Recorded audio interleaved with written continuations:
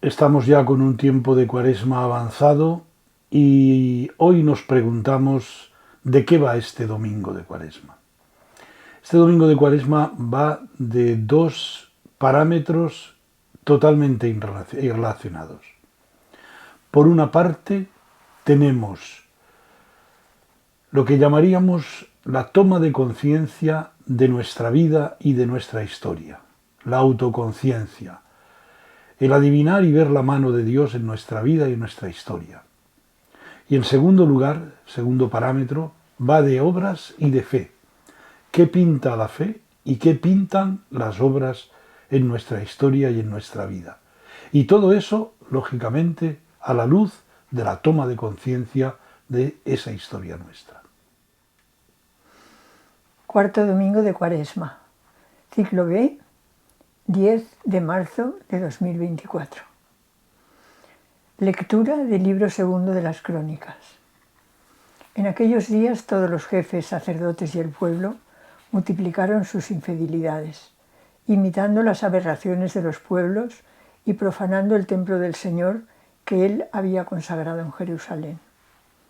El Señor, Dios de sus padres, les enviaba mensajeros a diario porque sentía lástima de su pueblo y de su morada, pero ellos escarnecían a los mensajeros de Dios, se reían de sus palabras y se burlaban de sus profetas, hasta que la ira del Señor se encendió irremediablemente contra su pueblo.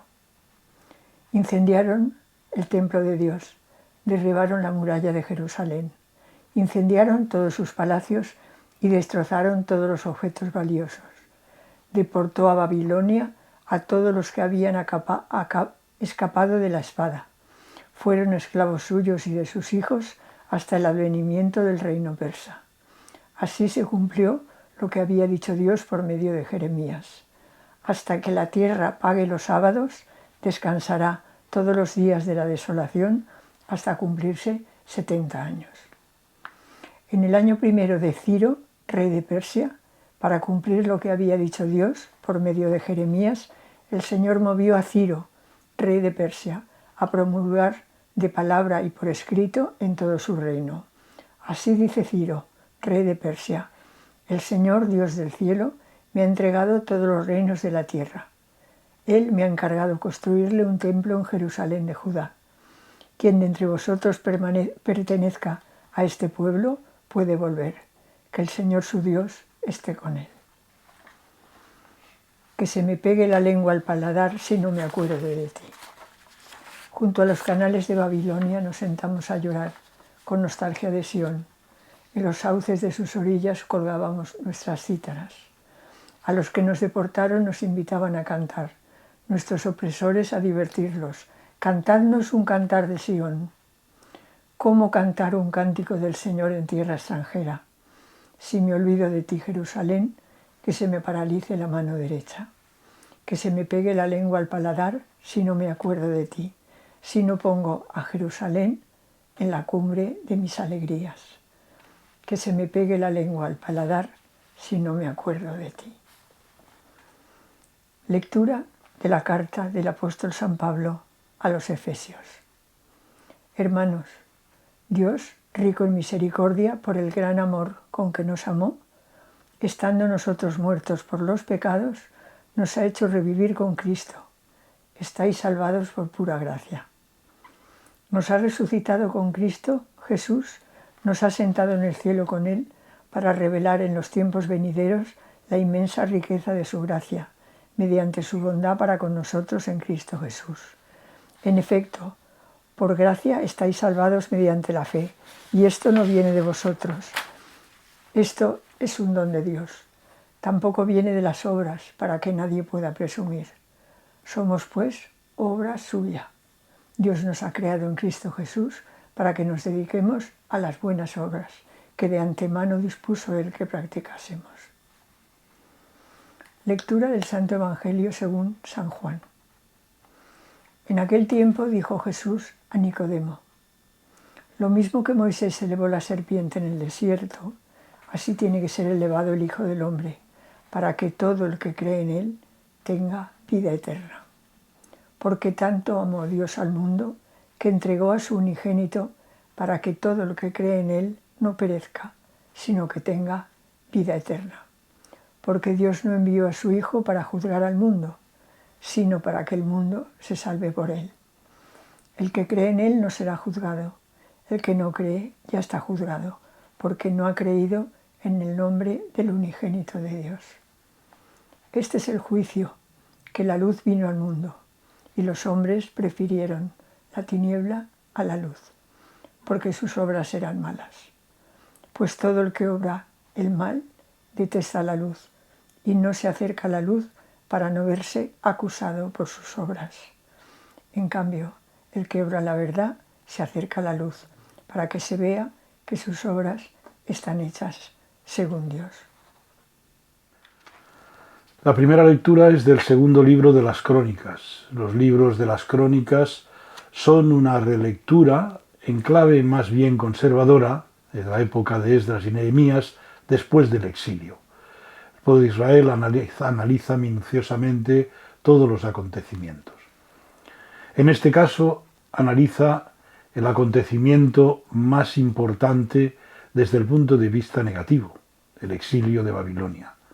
Cómo cae Jerusalén, cómo cae el templo, pero sobre todo lo más importante es que emite un juicio político y religioso. Todos los jefes, los sacerdotes y el pueblo multiplicaron sus infidelidades, aberraciones, profanando el templo, etc. Es decir, que a pesar de que Yahvé les enviaba mensajeros a diario para avisarles de lo que estaban haciendo, estos se reían de esos mensajeros. Y vino la catástrofe. Vino la destrucción del templo, de las murallas de Jerusalén, de los palacios, la deportación de la clase sacerdotal y política y de una gran parte del pueblo a Babilonia. Pues bien, esta es la lectura y el juicio político y el juicio religioso de este acontecimiento, que tiene un final feliz, que lo vemos también en el segundo Isaías, en el cual Ciro, el rey de los persas, es calificado como Mesías, mientras que la lectura del segundo Isaías de este acontecimiento está hecha en clave más religiosa, no tanto en clave política y religiosa como es en este caso. Vemos en positivo cómo Ciro se convierte en aquel que va a hacer posible el regreso del pueblo de Israel, para que pueda reconstruir un templo y sobre todo para que pueda regresar. La segunda lectura es del apóstol San Pablo a los Efesios. Probablemente es la carta más eclesial de todas. ¿Y este texto de qué va? Este texto va de que clarifiquemos de una vez por todas cuál es el sentido de la fe en nuestra vida. Bien, y vamos a ir despacio. Dios dice, rico en misericordia, por el gran amor que nos tiene, misericordia y amor, este binomio, estando nosotros en un estado indeseable, estando muertos por los pecados, nos ha hecho revivir con Cristo. Y esto por pura gracia. Es muy importante esto, por pura gracia. ¿Y cómo nos ha hecho revivir? Resucitándonos con Cristo Jesús. Y emplea expresiones simbólicas para que lo tengamos claro. Esto significa que nos ha sentado en el cielo con Él para revelar en los tiempos venideros la inmensa riqueza de su gracia. De nuevo, el término gracia. Mediante la bondad.